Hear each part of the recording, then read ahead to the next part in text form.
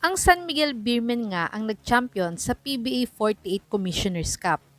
At ang star player nilang si CJ Perez naman ang nakakuha ng BPC Award at Finals MVP ngayong Commissioner's Cup. At ngayon nga ay sa Gilas Pilipinas naman daw magfo-focus itong si CJ Perez.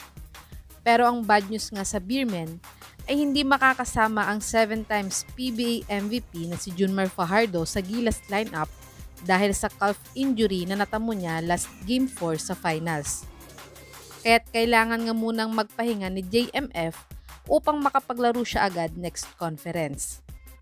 Pero kung nais naman manigurado ng SMB sa All-Filipino Cup na makapag-full recover si Kraken, ay maaari naman silang kumuha ng mga power forwards at big man sa free agent ng PBA habang nagpapagaling siya sa injury. At narito nga ang mga top power forwards at big man free agents na maaaring kunin ng SMB ngayong PBA 48 o Filipino Cup. Top 5, JR Kinyahan. Si Kinyahan nga ay huling naglaro sa PBA last PBA 47 Philippine Cup. Ito nga ay dahil naglaro siya sa ligang labas at napasama din siya sa naging gulo nito at dahil dito nga ay agad-agad siyang winib ng NLEX.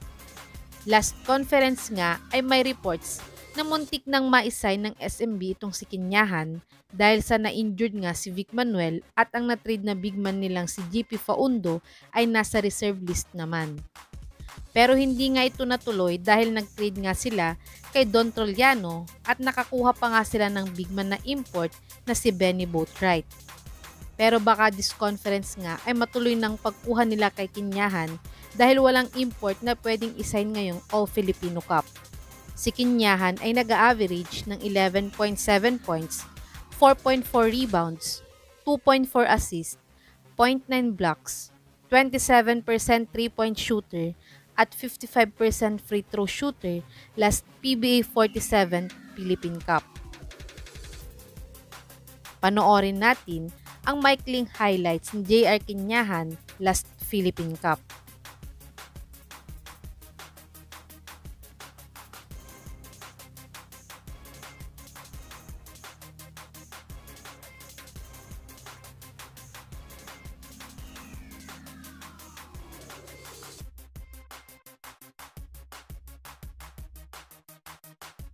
Top 4, Aljon Mariano. Si Mariano nga ay unrestricted free agent ngayon. Matapos ngang piliin ng Hinebra si L.A. Tenorio ang bigyan ng slot sa lineup nila matapos makabalik sa pagpapagaling niya sa kanyang sakit. At wala din namang nag-sign kay Mariano last conference matapos siyang maiwave ng Hinebra. Kahit hindi nga big man si Mariano, ay kaya niya namang lumaro ng power forward pag small ball lineup. Kaya't pwedeng ang kunin ng SMB itong si Mariano at gawin nilang stretch 4 sa small ball lineup nila.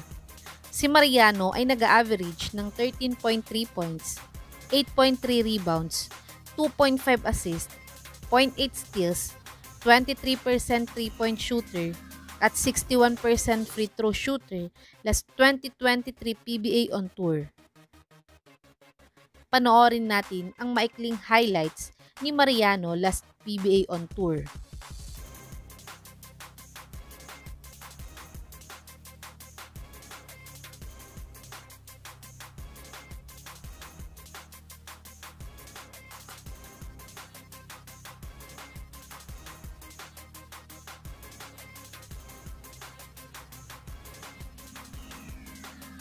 Top 3, Arwin Santos.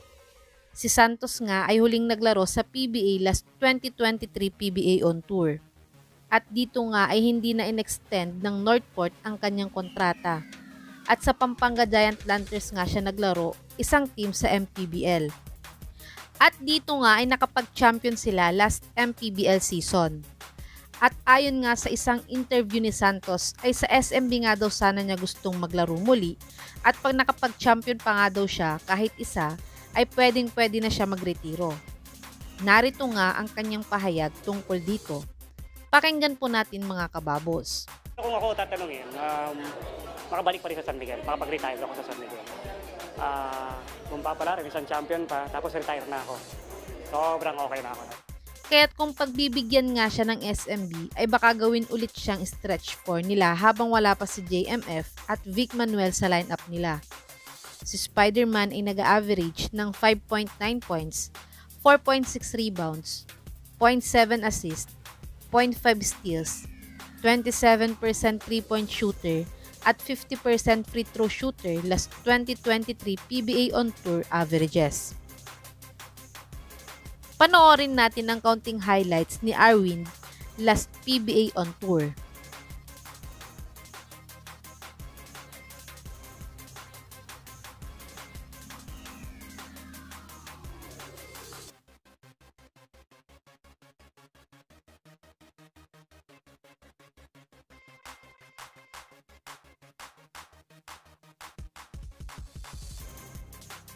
Top 2, Chris Lalata. Si Lalata nga ay ang halos hindi na ginamit ng Phoenix last Commissioner's Cup. Kaya't naglaro nga siya sa pinagbabawal ng PBA na ligang labas. At dahil dito nga ay napilitan ngang hindi i-extend ng Phoenix management ang kontrata niya. At ngayon nga ay isa na din siyang unrestricted free agent. At dito nga ay pwede siyang kunin ng SMB at gawing backup big man nila.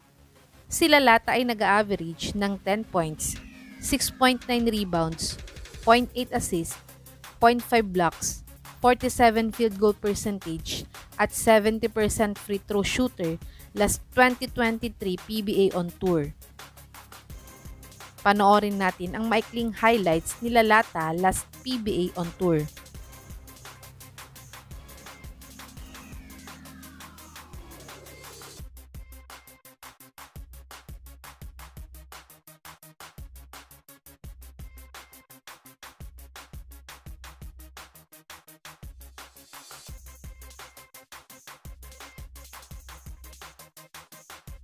Top 1, Prince Caperal.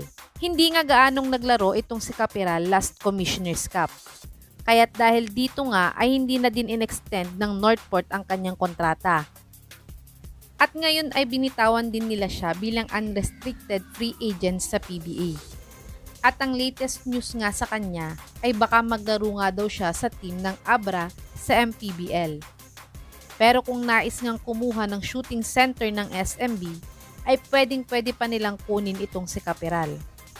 Si Caperal ay nag-average ng 2.1 points, 1.3 rebounds, 0.1 steal, 33-point shooter, 75% free throw shooter, 6.7 minutes per game last PBA 48 Commissioner's Cup averages.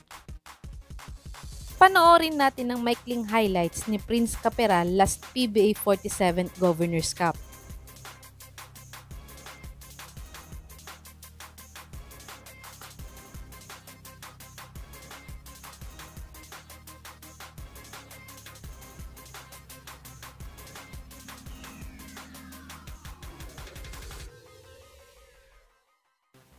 Ito ang mga top power forwards at big man free agent na maaaring kunin ng SMB habang nagpapagaling pa sa injury ang 7 times MVP nilang si JMF.